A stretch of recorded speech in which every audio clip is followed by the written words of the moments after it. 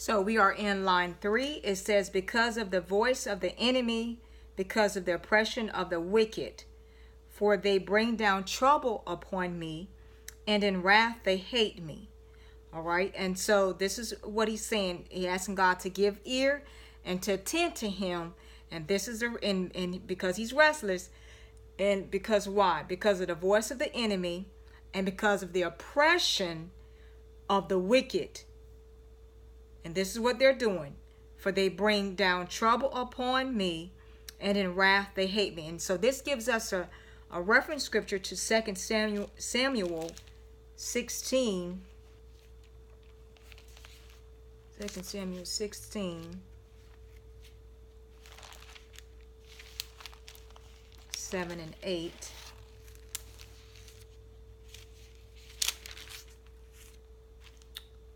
And it says, also Shimei, and thus when he cursed, come out, you bloodthirsty man, you rogue, or you worthless man.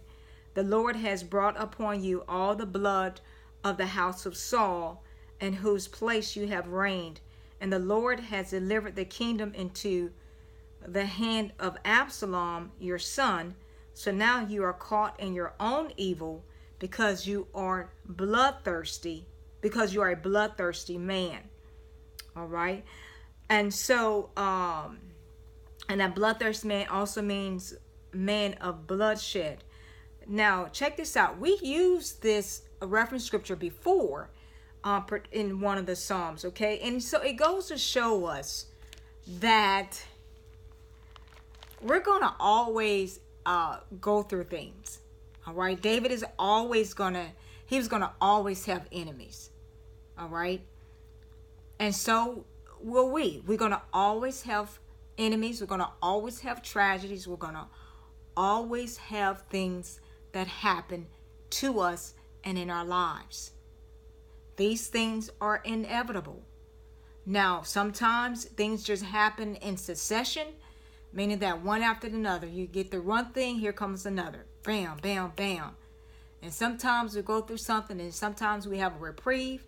We have a break from it. We have mercy. And then we don't go through something for a while. Then all of a sudden it picks right back up again. All right. And it's the same way. David was going through all these things in book 1. All right. And then what he was lollygagging with Bathsheba. And then the sons of Korah came on the scene, and Asaph.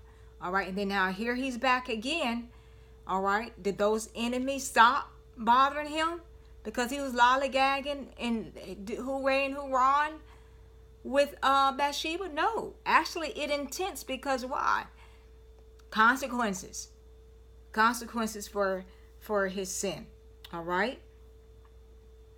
Let's move into our next stanza, line 4. My heart is severely pained within me, and the terrors of death have fallen upon me. Fearfulness and trembling have come upon me, and horror has overwhelmed me. And I said, oh, that I had wings like a dove, for then I would fly away and be at rest. Indeed, I would wander far off and remain in the wilderness, Selah. I would hasten my escape from the windy storm and tempest. All right. And so here it is, he's telling us how he feels now. All right. He said his heart is severely pained within him. And why? Now, we read that thing about Shimei in 2 Samuel, and about how, and this is dealing with how Absalom wanted to overthrow his throne, his kingdom. Okay. And of course, his heart is going to be pained and heavily when you have your own child against you. That's not going to make a parent feel good or feel happy. All right.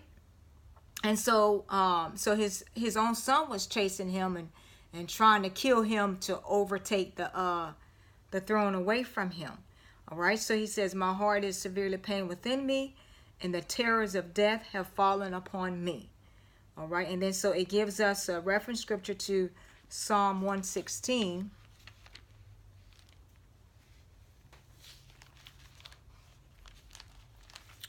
(116:3). that says, the pains of death encompassed me, and the pangs of Sheol laid hold of me. All right, so the cords of the stresses encompassed me, and the pangs of Sheol laid hold of me. So they found him, and I found trouble and sorrow. All right, and so that's how he felt. Okay, so now line 5. Fearfulness and trembling have come upon me, and horror has overwhelmed me. So not only did his heart is severely pained, but what? Fearfulness, which is of Satan, and trembling, that nervousness, have come upon him, and horror has overwhelmed him. He was horrified. Okay? And so, and then being that he having all these feelings, of course he want God to give ear to his prayer and to attend to him. All right? And that's how he felt. So we're going to break here, and we'll pick it up in line 6.